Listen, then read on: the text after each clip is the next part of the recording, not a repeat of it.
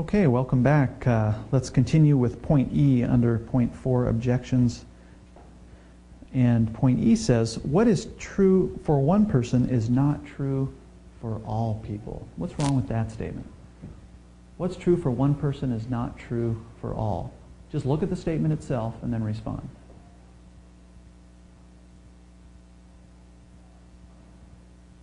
Is that a relative statement or an absolute statement?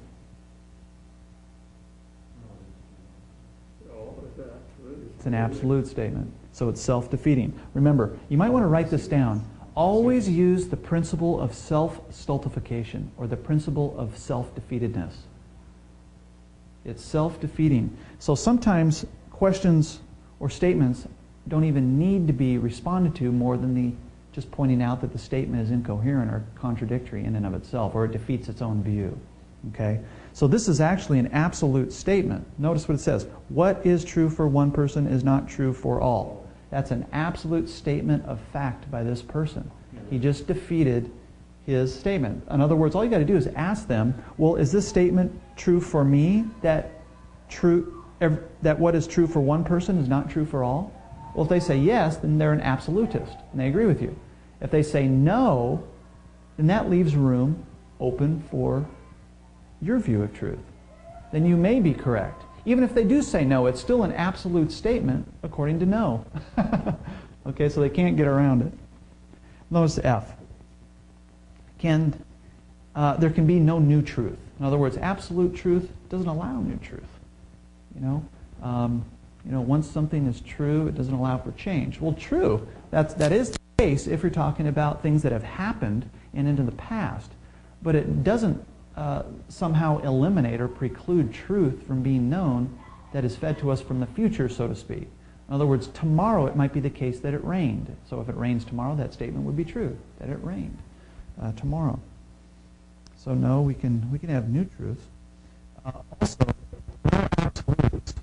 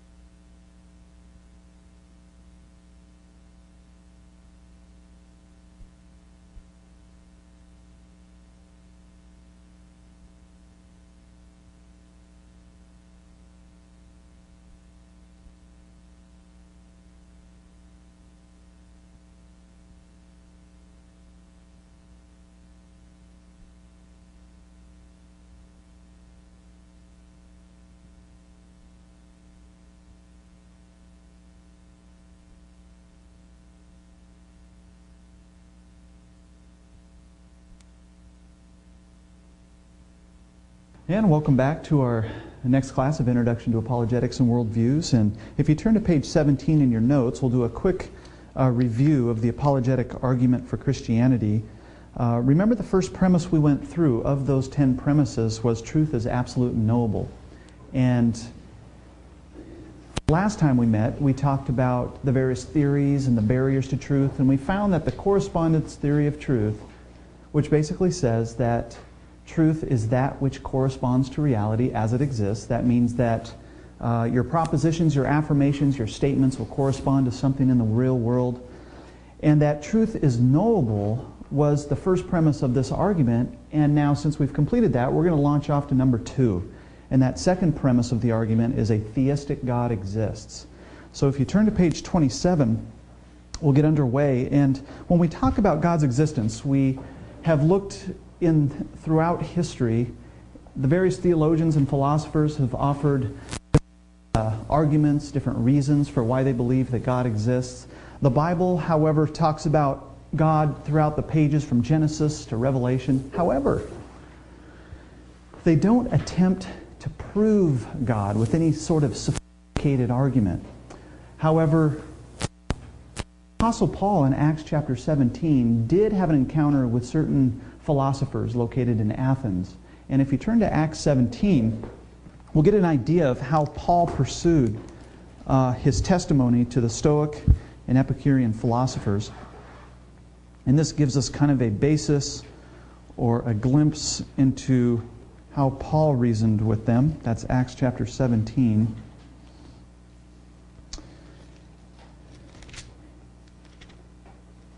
And if you look at verse 16, it says, "Now while Paul waited for them at Athens," so he was waiting for Silas and Timothy to join him in Athens. Paul went out ahead of them. Notice his spirit was provoked within him when he saw that the city was given over to idols. Therefore he reasoned in the synagogue with the Jews and with the Gentile worshippers, and in the marketplace daily with those who happened to be there. And notice who was present with Paul. Then certain Epicurean and Stoic philosophers encountered him, and some said, "What does this babbler want to say?" Others said, "He seems to be a proclaimer of foreign gods, because he preached to them Jesus and the resurrection." And they took and brought him to the Areopagus, saying, "May we know what this new doctrine of which you speak? For you are bringing some strange things to our ears. Therefore we want you to know what these things mean." For all the Athenians and the foreigners who were there spent their time in nothing else but either to tell or hear something new.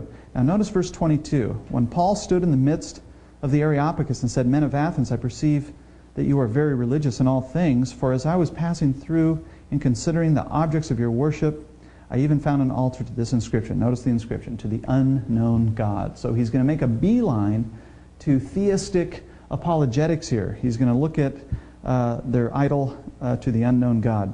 Now notice verse 24. He picks up and he says, "God who made the world and everything in it, since he is the Lord of heaven and earth, does not dwell in temples made with hands, nor has he worshipped with men's hands, as though he needed anything, since he gives to all life, breath, and all things." Now, in verse 24 it says, "God who made the world." And Paul seems to find it necessary to explain to the Greeks, especially the Stoics and Epicureans, that the creation of the world by God, especially this quote-unquote unknown God, was an important thing to mention. And one of our arguments for the existence of God will be based on the creation of the world. And that's called the cosmological argument. And we're going to look through that in just a few moments. And that reasons basically from the effect of the world, the universe, back to a first cause of that universe, namely God. Now notice as we continue on in Acts 17, it says in verse 26, it says, "And he has made from one blood every nation of men to dwell on the face of the earth, and has determined their pre-appointed times and the boundaries of their dwellings." Well, why?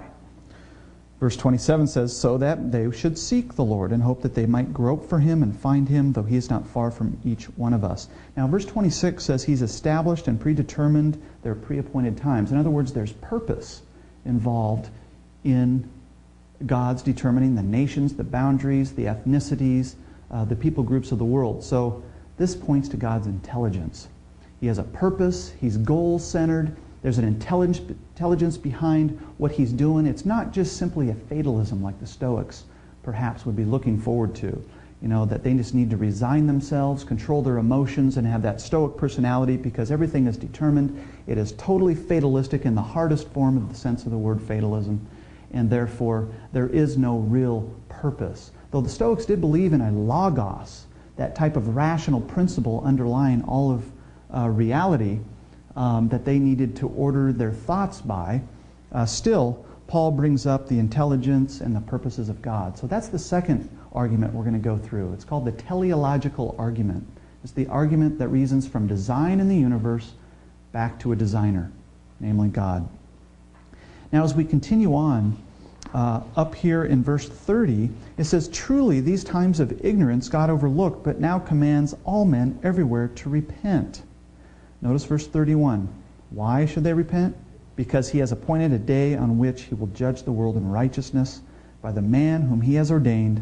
He has given assurance of all this by raising him from the dead. So verse 30 has, he commands all men everywhere to repent. So that means our God is moral. He expects a response to his goodness and his graciousness and his sovereignty and his power. He commands everybody everywhere to repent. Well, we could have had a deity that didn't care about moral issues, but our God does care about it. And that lays the basis to our third argument for the existence of God. It's called the moral argument. You can find the basis of that argument in C.S. Lewis's Mere Christianity, and even going back to the ancient philosophers, you can see remnants of the moral argument as well.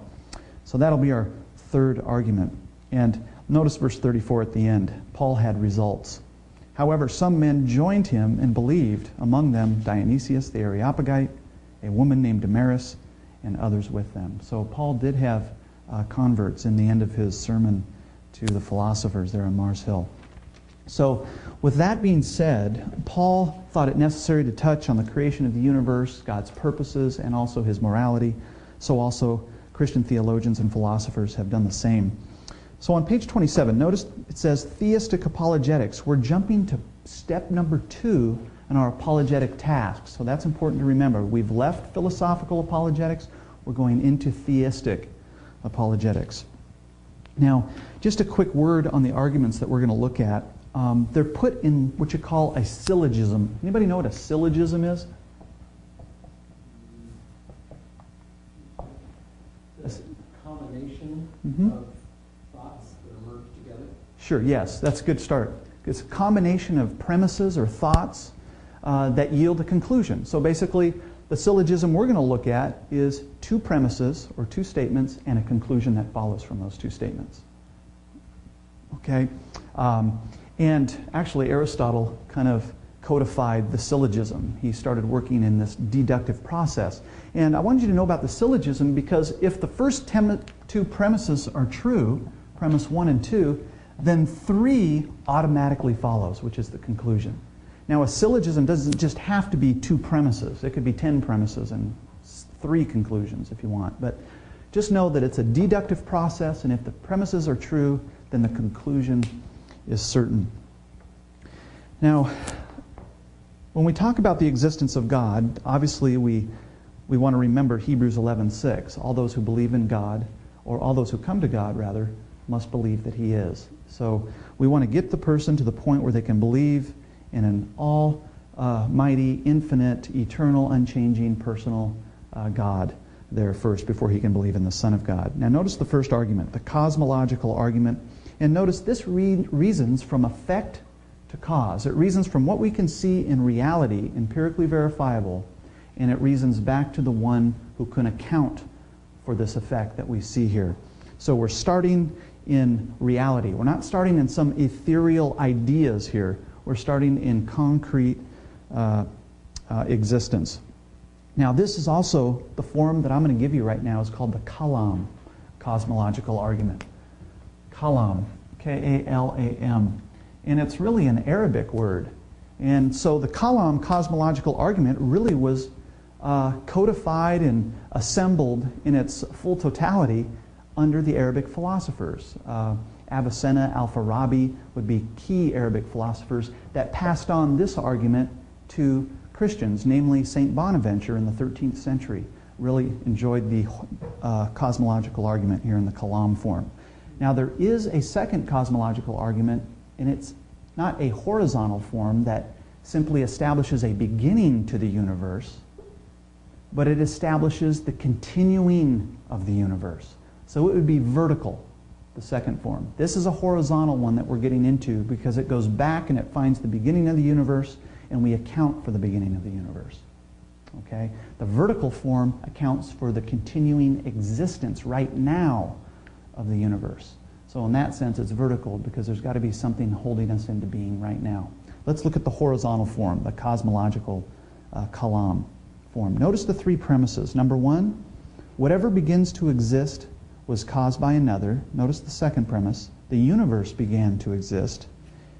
And in the next page at the very bottom, therefore the universe was caused to exist by another. So keep those three premises in mind. That's the whole argument. Now when we look at the first premise, let's kind of look at that for a bit. It says, whatever begins to exist was caused by another. Well, how do we support that contention?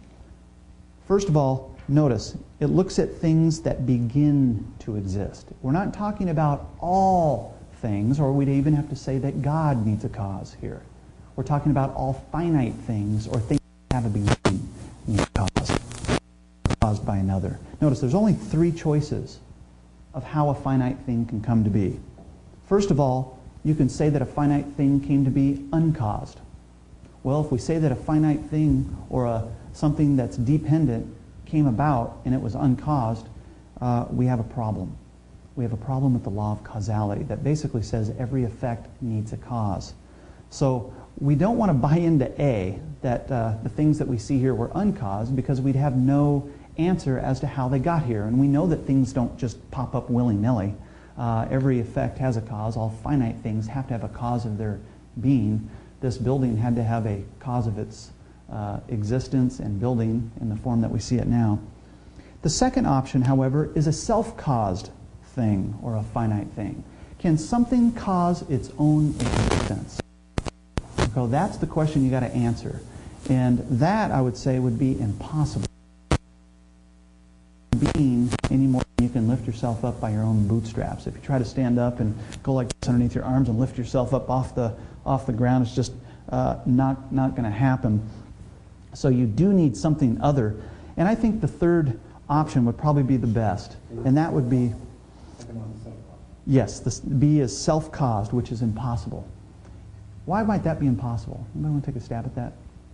Why might self-caused being, I mean, and it seems obviously, well, of course, you can't cause yourself. I had to have a mother and a father for the cause of my being. Adam and Eve had to have a cause of their being, namely God. But how come we can't be self-caused? You would need the cause because you're already caused. That's right. That's a great Kirk. Hey, if you are a self-caused being, two things have to be present at one time. You have to exist and not exist at the same time to cause yourself. Because you have to exist to cause yourself, but to cause yourself you can't be yet because you're being caused. So this is just absurdity. You just don't want to do that, buy into a self-caused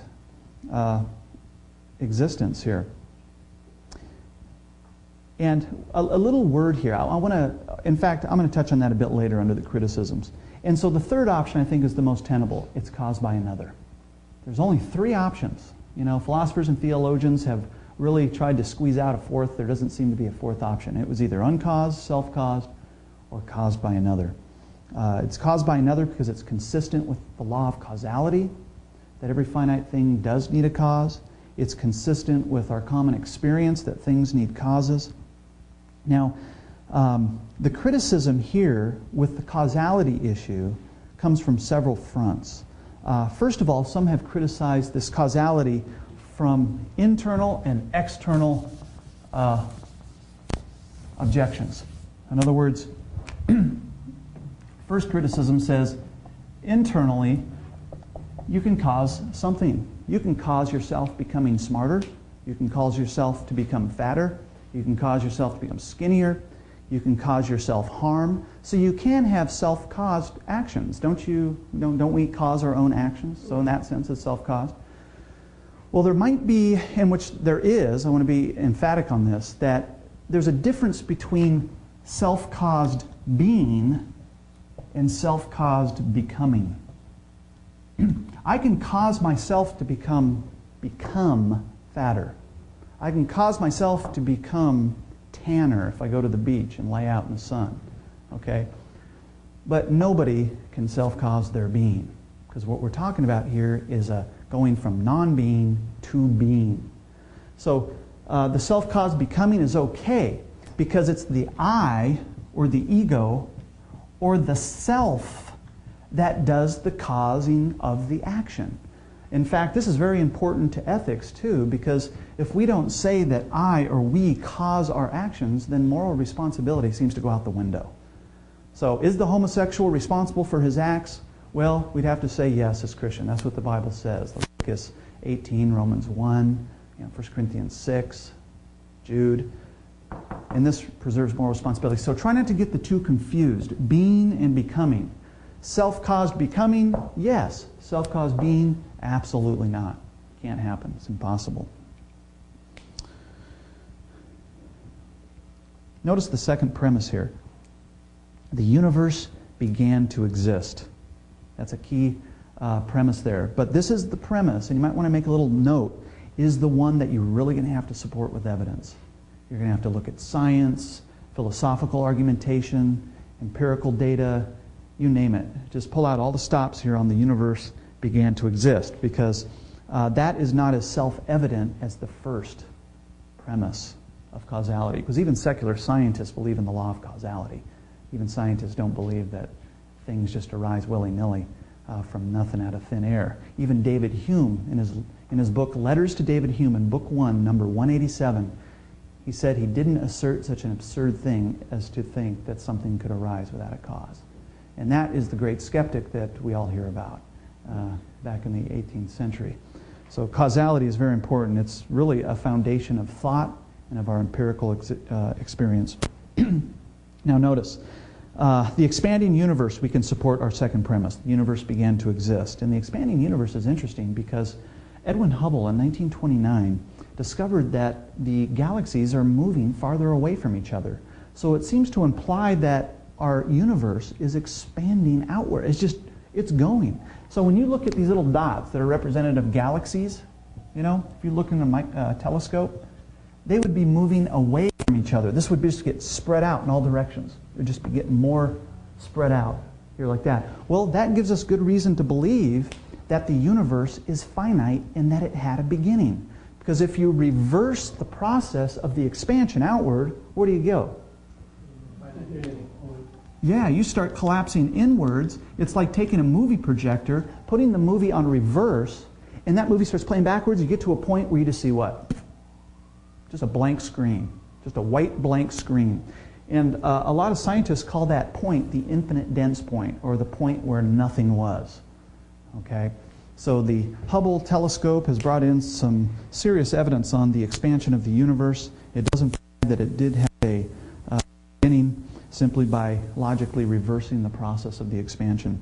You think of an explosion. It explodes right in the dirt or in the grass, right? And what happens on an explosion right after it explodes? It goes outward, doesn't it?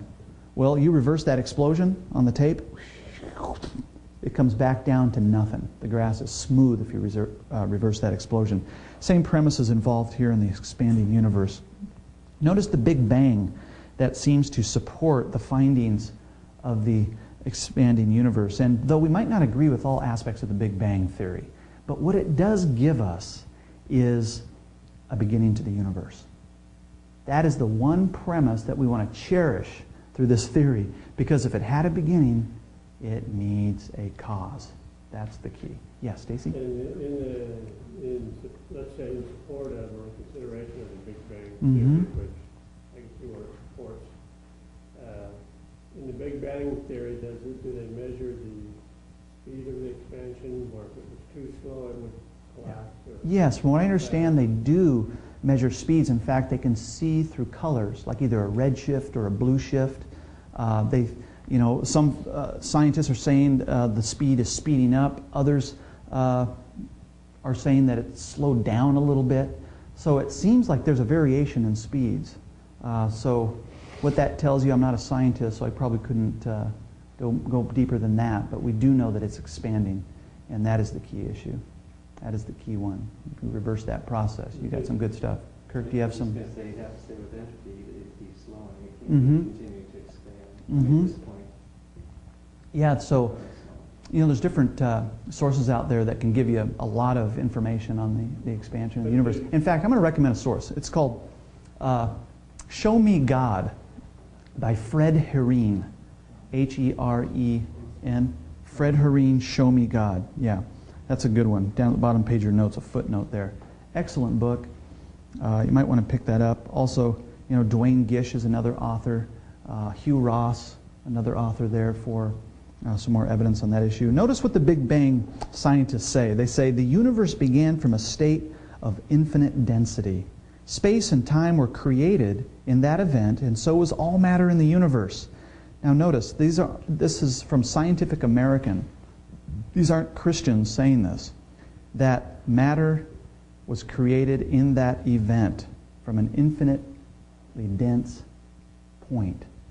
Matter, space was created at that point. Notice what an atheist says. Anthony Kinney, he asserts this. According to the Big Bang Theory, the whole matter of the universe began to exist at a particular time in the remote past. A proponent of such a theory, at least if he is an atheist, must believe that the matter of the universe came from nothing and by nothing. Now that's a sobering last phrase there. From nothing, by nothing. It was the secular humanists not too long ago, a few decades ago, that was saying that the Christians actually were ridiculous for positing that the universe could come from nothing but by someone, God. Now the secular humanist or the atheist is in the dilemma of trying to show how the universe could come from nothing and by nothing. So how do what is reasonable to believe to you? Christians have a first cause and the universe came from nothing? Or the atheist who has no first cause and the universe came from nothing and by nothing? Well, I would assert that Christianity would be the one to hold on to. Notice the fireball radiation. Here's another piece of evidence here to support the universe had a beginning. Robert Jastrow. Now, Robert Jastrow, anybody heard of him? He's the founder of the Goddard Institute for NASA.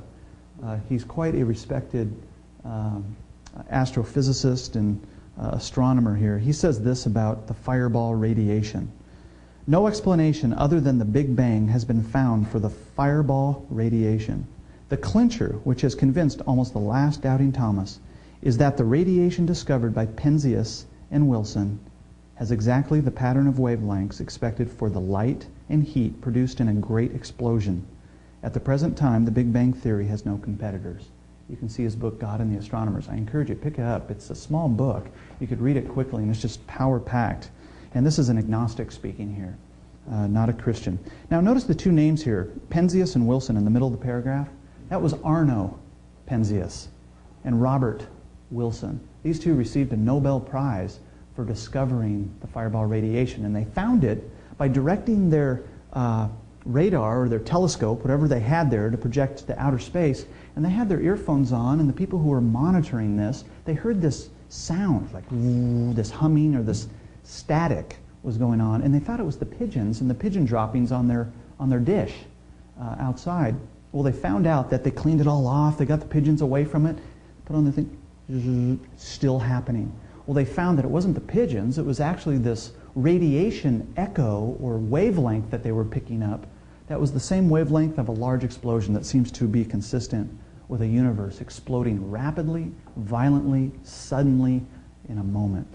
And so, in other words, that reverberation is still going on out there from that first, coming to be of that universe. I mean, just think of the power and the magnitude of the God. That radiation would be the outer edge of the exploding fourth edge. It would seem to be that. I'm not sure where they, fix it within the universe.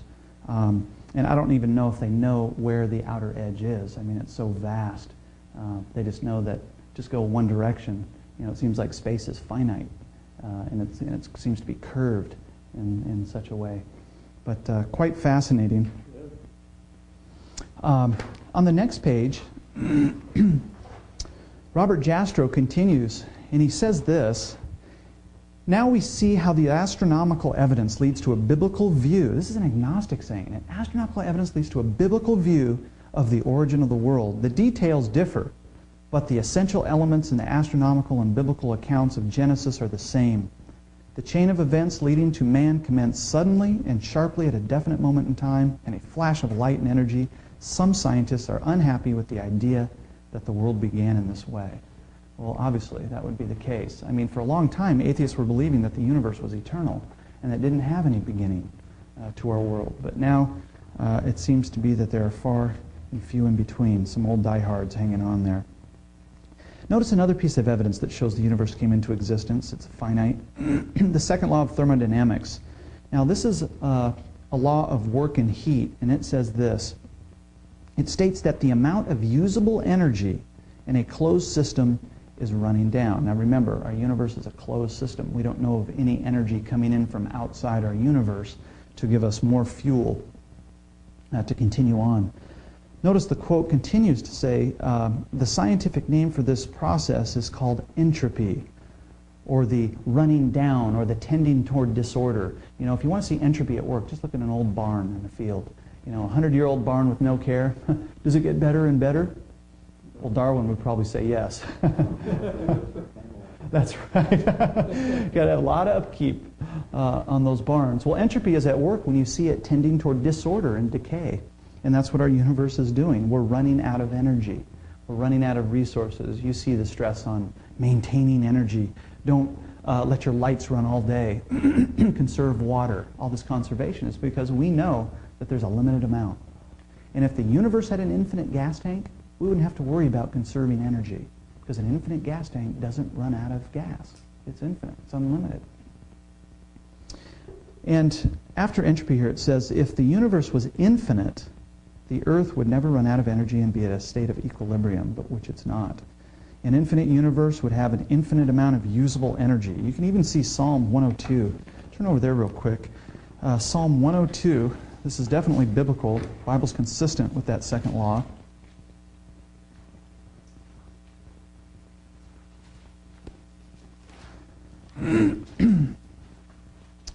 Psalm 102, verse 25 through 27. It says this, of old you laid the foundation of the earth, and the heavens are the work of your hands. They will perish, but you will endure. Yes, they will grow old. There's entropy at work. Like a garment, like a cloak, you will change them, and they will be changed. So not only is there a sovereign hand of God at work in changing the universe and the elements, but also they will grow old, it appears, on their own, consistent with the second law. Notice the first law of thermodynamics, and usually the response to the second law would be to throw the first law in to say, well, what about the first law? And the first law says this, actual energy is neither created nor destroyed, it remains constant. And they think that that proves an infinite universe. And how many times have you heard that law stated that way? Energy is neither created nor destroyed. Now, the second law deals with usable energy. The first law deals with actual energy. Okay? Some of the energy might not be in a usable state. So the first law is thrown in there. Notice the two words highlighted, created nor destroyed. Well, think about that statement. It's science's pride. It's science's forte to make observations and then give a conclusion. This is not an observational conclusion here. Origins and destructions, coming to be and ceasing to be, is a philosophical statement. So this is really a philosophical statement about energy in the universe, not a scientific one. The way it should be stated, notice the second quote, the amount of actual energy in the universe remains constant so far as we can observe. So far as they can see through their testing, the amount of energy remains constant. So that doesn't make any claim to how energy can come to be and how it can cease to be. Because if we buy into this first law stated incorrectly, what if we say that energy cannot be created?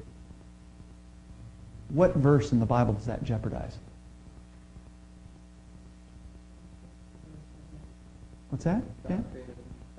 That's it, Genesis 1:1. If energy cannot be created, then Genesis 1:1 is false.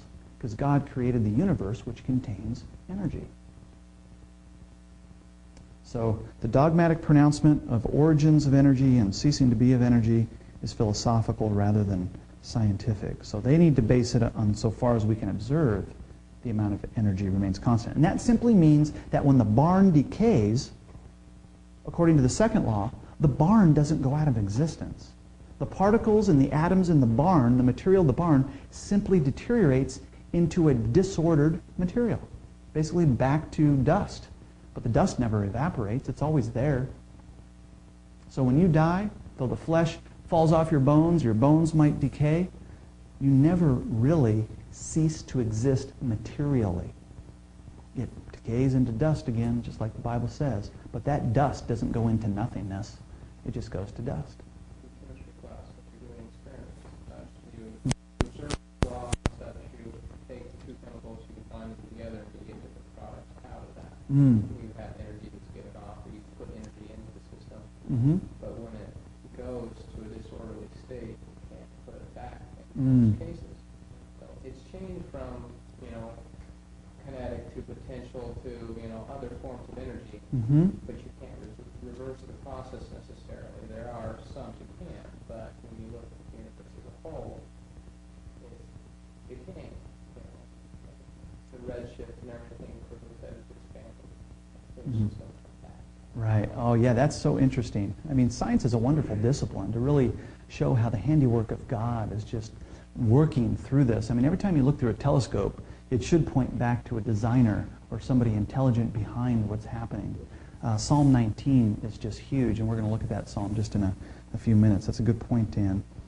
Now, let's move on to Jastro's summary. Now, this is quite an interesting closing remark. He says this: science has proven that the universe exploded into being at a certain moment. Was the universe created out of nothing, or was it gathered out of pre-existing materials? And science cannot answer these questions because, according to the astronomers, in the first moments of its existence, the universe was compressed to an extraordinary degree and consumed by heat and fire beyond human imagination. Now, notice this. This is very illuminating. The scientist's pursuit of the past ends in the moment of creation. For the scientist who has lived by faith in the power of reason, the story ends like a bad dream. He has scaled the mountains of ignorance. He is about to conquer the highest peak. He pulls himself over the final rock. He is greeted by a band of theologians who have been sitting there for centuries.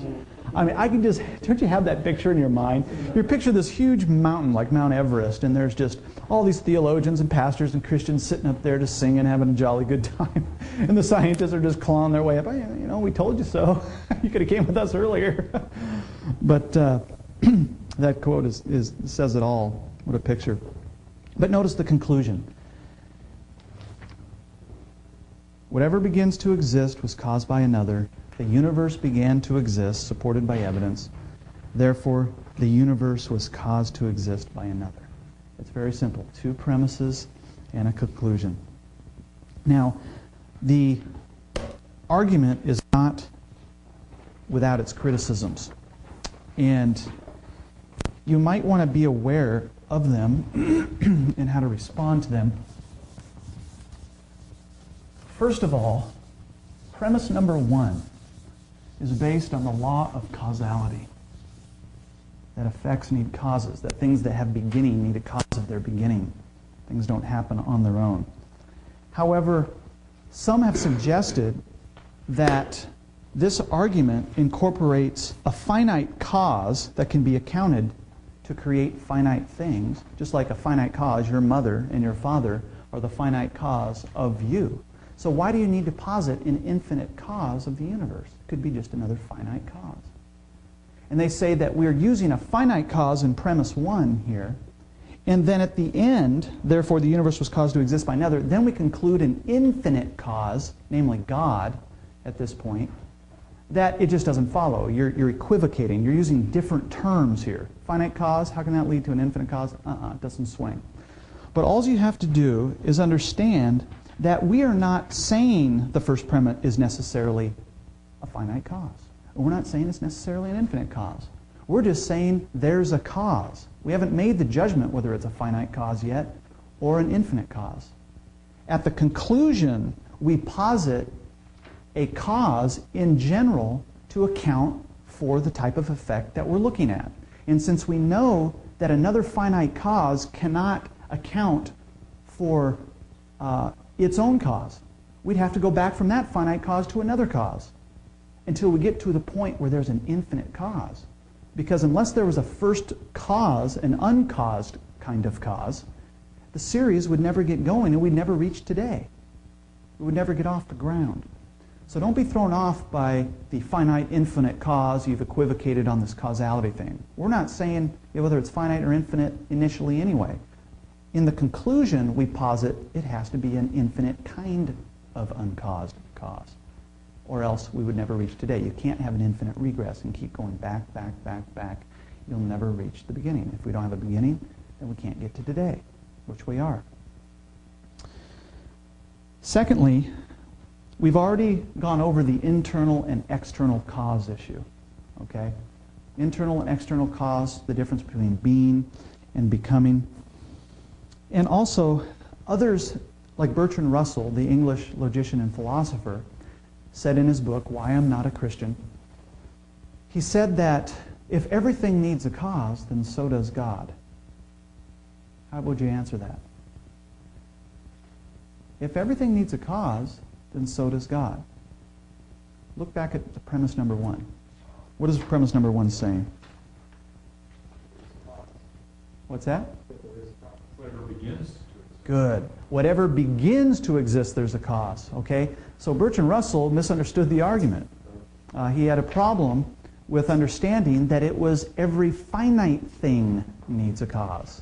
So not everything, of course, then he'd be right. God would have to have a cause if everything needs a cause, because God has real being.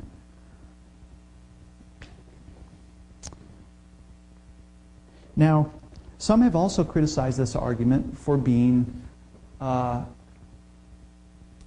limited in a certain respect. And we briefly touched on this earlier. And that is that this argument only accounts for a first cause of the universe. It gets the series going, so to speak, and it accounts how it came to be, but it doesn't account for how it continues to be. Okay? That's the key thing I want you to remember. So that's why I'm just going to give you the vertical form as well. So Bonaventure enjoyed the horizontal form we just went over. The vertical form was really popularized by Thomas Aquinas, a contemporary of Bonaventure. And the vertical form of the argument goes like this.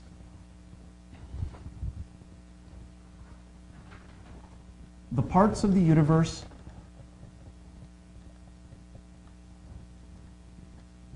are dependent.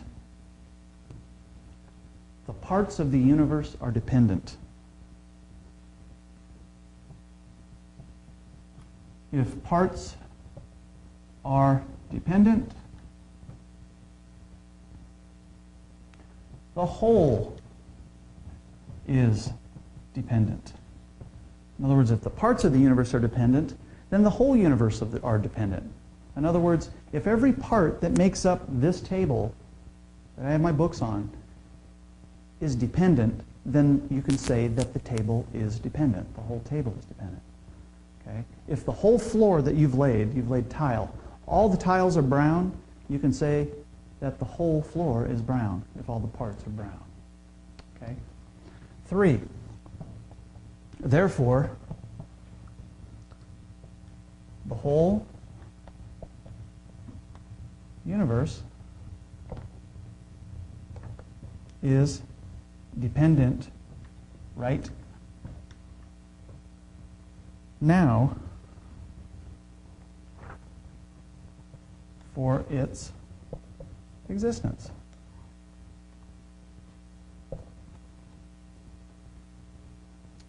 That's the key. The whole universe is dependent right now for its existence because all the parts of the universe are dependent and finite and changing.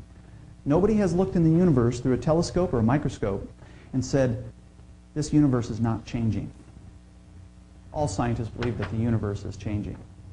And if it's changing, that means it has befores and afters, it's in time. And if it's in time, that means it's finite and temporal, and therefore it needs a cause. So what follows from this? The whole universe is dependent right now for its existence. It's got to depend on something. Therefore, there is an independent cause of the existence of this dependent universe right now. And if you turn over to Colossians chapter 1, we have this concept illuminated there.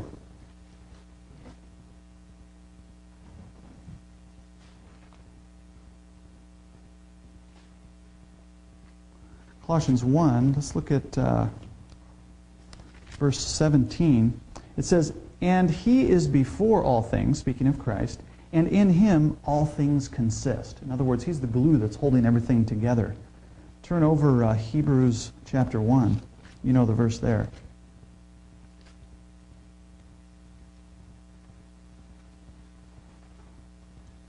Notice verse 1 through 3. Hebrews chapter 1, verse 1 through 3. It says, "God, who at various times and in various ways spoke in time past to the fathers by the prophets, has in these last days spoken to us by his Son, whom he has appointed heir of all things, through whom also he made the worlds." There's where it touches on the horizontal form. He made them. He brought them to be, just like Paul was talking in Acts 17. But notice 3. "Who being in the brightness of his glory and express image of his person, and what? Upholding all things by the word of his power, when he had by himself purged our sins, sat down at the right hand of the majesty on high." So he's right now upholding things. This present moment, if he were to let go, things could snap into non-being very quickly. Okay? So the Scripture seems to be consistent with the conserving cause. Now, just to make this plain to you, the relationship between the horizontal and the vertical form, let's just give a couple contrasts to them. You have the horizontal form, you have the vertical form. Remember, the kalam, it's called the kalam is the horizontal form, remember? The kalam posits an originating cause. An originating cause. Where the vertical posits what? A conserving cause. It's conserving right now. Not just a beginning, but right now upholding an existence. Horizontal argument is based in Genesis 1:1. In the beginning, God created the heavens and the earth. Or Acts 17, when God made the worlds. Or Colossians 1:14 through 16. Christ made all things. The vertical form is Colossians 1:17 and Hebrews 1:3. He upholds the world by the word of his power. Kalam posits a beginning of the universe, whereas the vertical form posits the continuing of the universe. Now, who was the person who adopted the horizontal form? Starts with a B.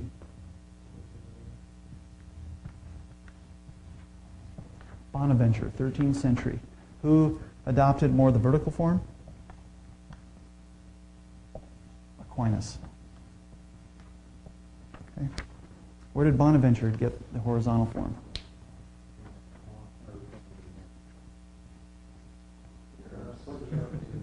From the Arab guys, right? I think it was Avicenna and Al-Farabi, those two guys. Now, when we talk about the vertical form, namely the second premise is the key issue. A lot of people take issue with that second premise. If the parts are dependent, the whole universe is dependent. They seem to say that that's the fallacy of composition, because the whole isn't necessarily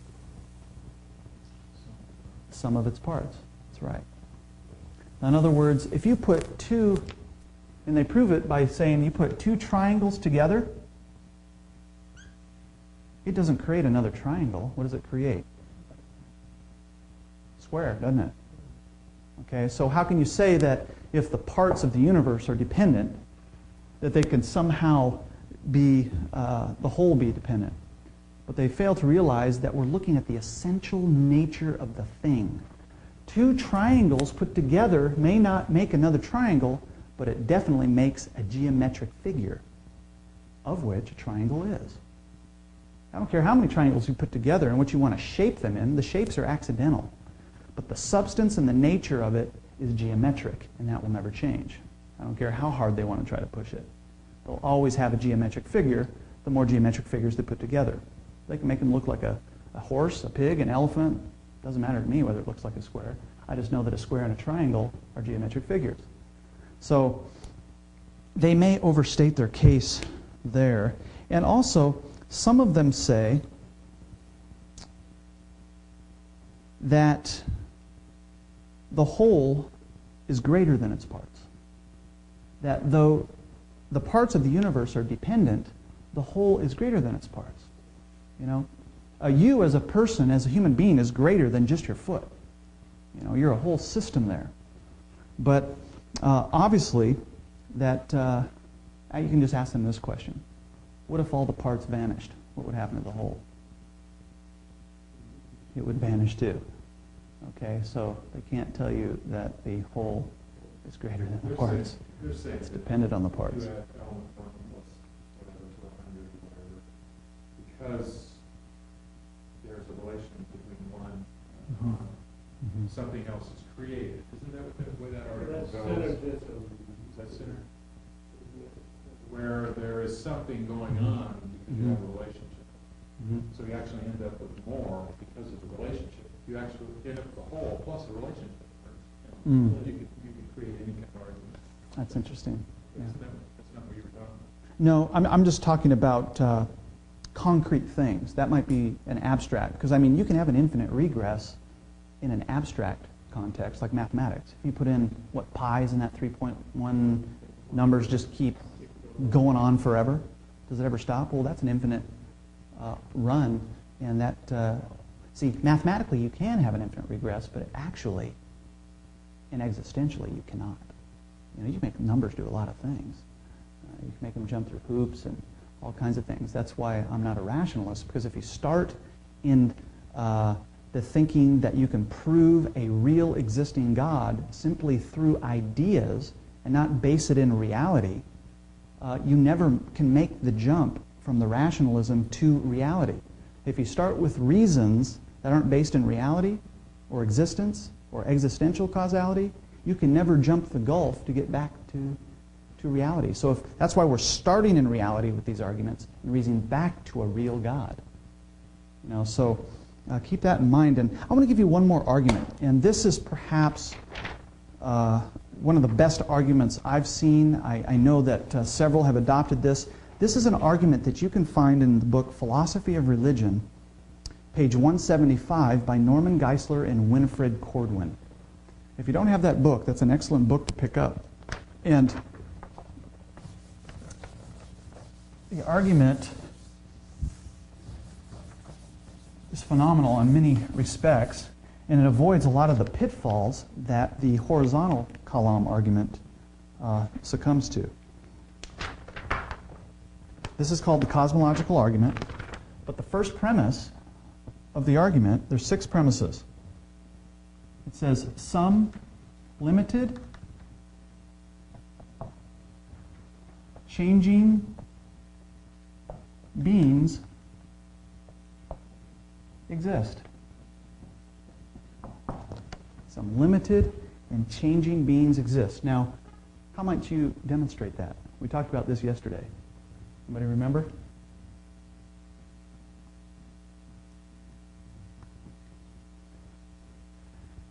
It's existentially undeniable to deny your own existence. To say I don't exist is a contradiction. You cannot. It's unaffirmable. You can't affirm that. It's undeniable. You must, if you exist, you must exist. But if you say I don't exist, well, you'd have to exist in order to affirm your non-existence. We talked about that a bit. So he's starting with a first premise that is undeniable. And if it's undeniable, guess what? You can't deny it. So what are they going to do? Second, the present existence of every limited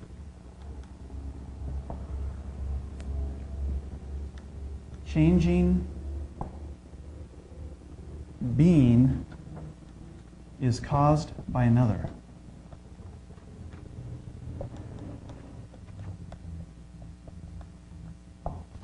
That's key. The present existence of every limited and changing being is caused by another. Why? Because limited beings need a cause. Finite beings need a cause of their own being. Remember, we just talked about that in the horizontal form. But he starts with existential undeniability here. I exist. Whereas the horizontal form just started right away with premise number 2. So he starts with reality and then moves on to existential causality. Must be an independent being sustaining all limited and changing beings. Third premise is there cannot be an infinite regress of causes of being. Now, we've been through this again, but I'm going to quiz you again. Why? Why can't there be an infinite regress of the causes of these limited and changing beings? Why can't it keep going backwards forever and ever? Because there's a definite cause, starting point. There has to be a definite cause and a starting point. Good, Stacy. There has to be a beginner to the series that itself does not need a cause, or else we'd have to keep going back forever. And if there is no beginning to the series, what does that imply for us? There's no today. The fact that we're sitting here right now implies that there was something in the beginning, someone or something in the beginning that got the series going. Because if there was nothing there, how can something come from nothing? Nothing's nothing. It can't yield anything or do anything. It's nothing. So you're talking about within a finite system or something. No, I'm talking about reasoning from a finite system, limited changing beings, us, we're finite, back to a cause that accounts for that limited and changing being, who is infinite. But we're not at the final premise yet. Okay? So this premise number 3 is basically saying, these are the key words, no infinite regress. Can't go back forever. Well, you're not going to have an argument for number 3. You're probably not going to have an argument for number 1. And you're going to be hard-pressed to throw away the causality for number 2. I mean, that's the basis of science and thought, is the law of causality. I mean, throw away that, you're going to, the individual, I don't care who he is going to be left without an oar on a river. But a lot of scientists are throwing it. Who? I don't know who. I don't know who is throwing out the law of causality. You can't do science without that. Cause and effect is what science is based on, you know. And then they form hypothesis, and then they theories. Get by force. Mm. Okay, I mean, obviously, you've got atheist scientists that get pretty obvious it's right in their face. They got to deal with it. Well, yeah. Well, they wouldn't throw away the law of causality. Those atheist scientists. They would simply not see the need to posit an infinite cause or an infinite being to explain what they see through their telescopes today. And that's where you go back to worldviews. You know, how are you reading the facts? How are you interpreting the nature of the data So of they just say reality? you don't know. Yeah, it would be agnostic. That's where There they. can't be an infinite regressive cause of beings, Mm-hmm. but maybe somehow there is. We just don't know the answer. Right. I mean, you look Yeah. at a mirror, a mirror to your back, a mirror to your front, you see infinite. Except the light runs out after a while and you don't see anything. But there Yeah. could be, I mean, Yeah. you can kind of trick your way. Well, then even a mirrored image, is the mirror image, well, it's a real image, but is the image in the mirror real? No. Give the image a hug. See if you can carry on a conversation with the image. It's not going to happen. So again, it's like one of those mathematical regresses which are possible. That's in the abstract. But a real one is not possible, an actual one. I don't think anybody will give you a hard time here. 3 is almost a given. Notice number 4. Therefore, Well, if there's an infinite God, therefore, there is a first cause never mind. of the present existence of these beings. Okay? Premise 4. Therefore, there is a first cause of the present existence of these beings. So basically, it's based on no infinite regress, therefore there must be a first cause. There has to be a beginning to the series, or else we wouldn't have arrived at today. 5. The first cause must be infinite, necessary, eternal, simple. Simple just means one. There's no parts in God. Unchangeable, and one. There can only be one God, not 2, 3, or 4 gods. Okay? Premise 5 is important. The first cause to account for the being of these limited changing beings must be infinite. Now, why must that cause be infinite? Now, what does infinite mean? Infinite means without limits. Well, the first cause can't have limits because it couldn't account for its being if it was limited. Because limited beings are finite. They have potential. But our God doesn't have any potential. He's pure actuality. He is pure isness, pure being. Okay, so he's infinite. Why must he be necessary? Why can he not exist? He cannot not exist. Doesn't that go back to infinite regress? Yes. You have to have a necessary being to get the series going, who himself doesn't need a cause. He must be an uncaused kind of cause at that point. So yeah. Why must he be eternal?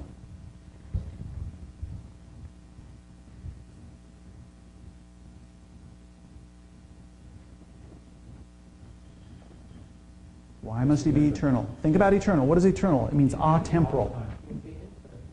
He has to be That's- infinite in time, okay. place, space, all of it. Good, good. If he's infinite and he's necessary, he can't be temporal. He must be eternal or above time, because if he was temporal, he would need a cause, because temporal things are measured by befores and afters. They have act and potency. There's change, and if there's change, they're limited. Okay? That's right. He would need a cause for his own creation. So all these are implications of this first cause. He also must be simple or without parts.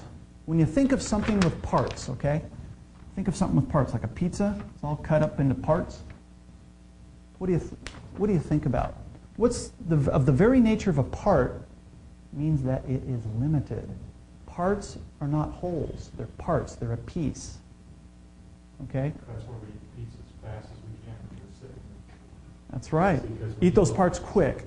It's going to get cold. You know what the mother is, you know. Just like my dad. Secondly, what else does parts imply?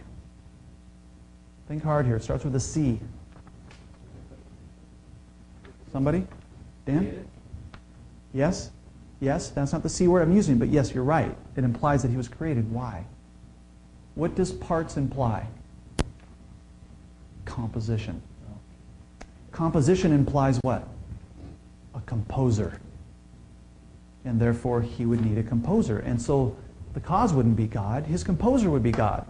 But it's just pushing the ball back one step. You're not answering, it's not an answer to the question or the problem. You just push it back one step, then we ask the same questions about its cause. Okay? So there has to be a cause that's both eternal, infinite, simple, and also unchanging. Everything that changes, remember, is in time. If it's changing, it's temporal. It's in time. That's why Malachi 3:6 says, I am the Lord, I do not change. He's not going to change. Because if he does change in his very attributes, now don't get me wrong, he changes in his actions, but that doesn't mean he changes in his nature or essence, or what or who he is. Now, how can you change in your actions but not change in your nature? That is one of the big questions right now that the open theologians are trying to deal with. And if you can see this chart over here on the left hand of the board, God can be eternal above time, but yet his effects can be implemented in time, much like a doctor This point right here is a moment. This is eternity, this dot up here. Okay? God effects are played out in time. In other words, his determinations, his decrees are from eternity, yet the results are in time. Much like a doctor prescribes a drug from one moment, but that prescription is to be enacted over a series of days or months. What's that, Kurt? So keep that. God can determine from eternity, its results can come into time. Much like a doctor can prescribe a prescription right there at one moment, but yet the prescription falls out over a series of days, weeks, months, or even years. Okay? But notice the actions don't change God. You've got to distinguish between actions and attributes. Attributes never change. Actions can change. Okay? And notice sixth. Oh, I'm sorry. Last point in premise 5, God also must be one. Now, why must God be one? Why can't there be two all-perfect gods? Why can't there be two identical gods? Competition? Yep. They don't want no competition. I know that. If they were 2 or 3, they would have to totally agree. Oh, you're onto something there. Go ahead. Can you unpack that a bit? G1 and G2 represent God 1, God 2. I just Okay. unpacked everything. In this heat, there's meltdown. Yeah. Now notice, there can't be two gods of the Bible, so to speak, or two all-perfect gods. Because what makes something two? Differences. Exactly. Bingo, Peter. Differences. And if they're different, what does that imply? Imply one lacks what the other does not, and vice versa. Because if they were totally the same with no differences, that means they're one. Remember Parmenides, the ancient Greek philosopher? What did he say? He says, to differ by nothing is not to differ at all. All is one. He was an absolute pantheism. He was right in that statement. You have to have some differences between the gods, so to speak, for there to be two gods. But if you have a difference, that implies a lack, because one has what the other doesn't, and God does not lack and cannot be void of anything that ought to be there. So really, you can only have one all-perfect, unchanging, eternal, infinite, transcendent, and immanent God. You can't have two. The final premise, premise 6 of the argument. The first cause, first uncaused cause is identical with the God of the Judeo-Christian tradition. The first uncaused cause is identical with the God of the Judeo-Christian tradition.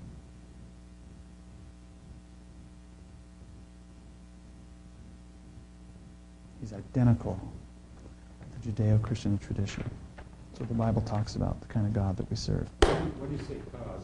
I'm missing it. First uncaused. The first uncaused cause, the one that got the whole series going. Why is it a cause? Oh, okay. Yeah, because he is the ground of our being here today. He is the reason. Can we say causer? The first uncaused causer? Yeah, if you want to put that in, that's fine. Part of the country I come from. He's identical to the God of the Old Testament. He's identical with the God of the Judeo-Christian tradition.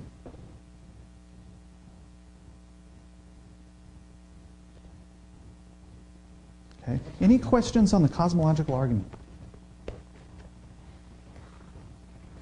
Any questions there? I'm not clear. Okay. No, go ahead. Well, that horizontal and that vertical again, could you Yeah. just kind of briefly, somehow, I was... What do you need to know about it? I didn't know that. The whole thing. I just, Yeah.